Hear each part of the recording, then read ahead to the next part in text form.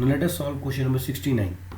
तो 69 क्वेश्चन कहता है कि let p and q be real numbers such that p is not equal to 0, p cube is not equal to q, and also p cube is not equal to minus q. But you are given कि if alpha and beta are non-zero complex numbers which satisfy that alpha plus beta is equal to minus p and alpha cube plus beta cube q, then the quadratic equation having roots alpha by beta and beta by alpha. तो हमें निकालना है वो quadratic equation जिसके roots है alpha by beta plus beta by alpha. तो सबसे पहले देखते हैं सॉल्यूशन में. देखिए हमें निकालना है sum of the roots. Say this is S. तो ये कितना हो जाएगा alpha by beta plus beta by alpha. And product of the roots कितना हो जाता होता है, ये हमारे पास हो जाएगा alpha by beta into beta by alpha. तो ये हो जाता है हमारे पास 1. तो ये इसलिए कह रहा हूँ मैं क्योंकि हमारे पास जो इक्वेशन आएगी वो फॉर्म कौन सी ले लेती है, x square minus S x plus p is equal to 0. तो ये चीज़ हमारी इक्वेशन होती है. तो यहाँ से हम पहले एस निकालते हैं. देखिए एस में हमारे पास क्या आएगा, alpha by beta plus beta by alpha. तो अगर मैं इसको सिंप्लीफाई करूँ this becomes alpha square plus beta square by alpha beta by LCM. तो ये बन जाएगा furthermore you can write the numerator as alpha plus beta का whole square minus 2 alpha beta divided by alpha beta. Correct. तो इसको और simplify करना चाहें तो you can say alpha plus beta का whole square divided by 2 alpha beta, in fact alpha beta minus 2. तो let अस से दिस इज 1. अब यहाँ पे जो इंपॉर्टेंट चीज़ हमें समझनी है वो ये है कि गिवन में क्या क्या चीज़ें देखी हैं. गिवन में अगर हम कॉन्सेंट्रेट करें तो हमें अल्फ़ा प्लस बीटा दे रखा है, तो इसमें कोई दो राय नहीं. अल्फ़ा प्लस बीटा कितना दिया हुआ है minus p. And also you are given alpha cube plus beta cube, पर अल्फ़ा इंटू बीटा नहीं दे रखा जो हमारा प्रॉब्लम का विषय बनेगा 1 में. तो we will calculate alpha beta from this because we know one property that alpha cube plus beta cube this is equal to alpha plus beta whole cube minus 3 alpha beta into alpha plus beta.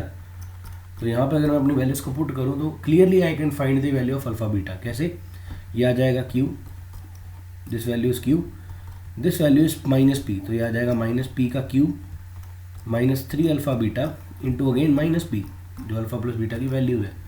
तो यहाँ से हमारे पास further imply हो जाएगा you can से 3 alpha beta into P. ये negative negative cancel हो जाएगा. पी क्यूब को दूसरी तरफ शिफ्ट कर लीजिए तो यह आ जाएगा पी क्यूब अब प्लस क्यू. तो विच फर्दर इम्प्लाइज कि अल्फ़ा बीटा की वैल्यू हमारे पास आ जाती है p cube plus q upon 3 into p. So we have got the value of alpha plus beta as well. So say this is 2. तो इस 2 को मैं यूज़ करता हूँ in 1.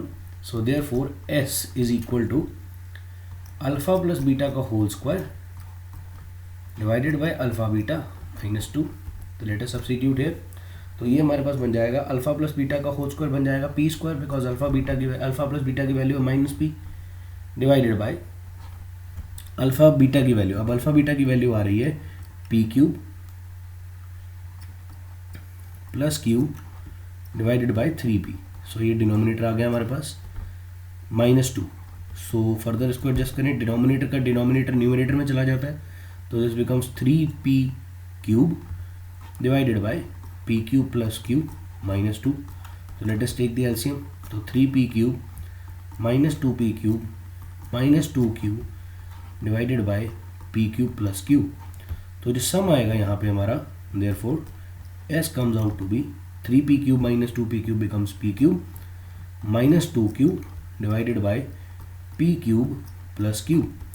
So therefore we find the equation and thus equation is, if you see the equation was x square minus sx plus p. So x square minus sx plus p is equal to 0.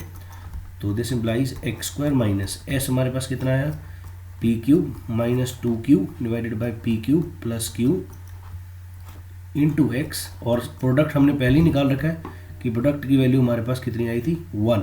If you check the product of roots was already 1. So product of roots अगर 1 आ जाता है हमारे पास तो this is 1 is equal to 0. Product of roots this is actually my p I am writing it here, मैंने पहले लिखा नहीं था. सो यहाँ पे हमारे पास ये आ जाएगा एलसीएम लेने के बाद P cube plus Q into x square minus p cube minus 2q into x plus p cube plus q is equal to 0. So if you see this, p cube plus q into x square, p cube minus 2q into x. So this option is second. Yes, it is the second option. So hence this is our solution.